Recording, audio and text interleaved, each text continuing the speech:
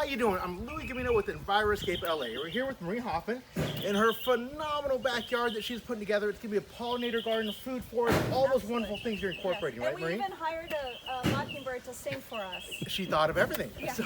So Marie had this wonderful natural PV stone here, which is local to the area. Absolutely. How long have you had this stone here, Maria? You know, this stone was purchased by the original owners in about 1975. 75. And it came off of, some of it came off of a fireplace that was in the house. So 50 years Yeah. it's been on the property. Yeah, So yeah. as Marie, as you're redoing your backyard, we definitely want to utilize and highlight all those beautiful areas of the natural stone.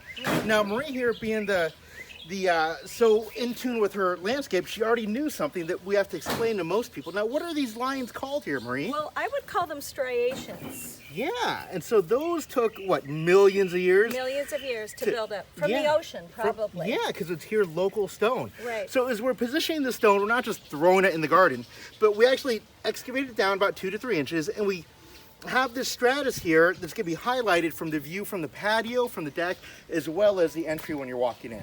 So all these little things just build up to create a relaxing backyard that you're going to have here. And the idea is it's like, you know, there's a concept called ruinscape. So it's kind of like what you want is you want the plants and the stones to feel like they've always been here.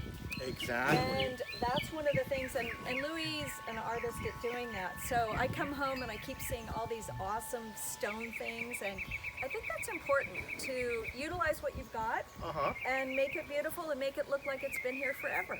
Yep, just another tip from Enviroscape LA. What do you think sustainability, permaculture, pollinators? Think Marie Hoffman's backyard garden and Enviroscape LA. You got it.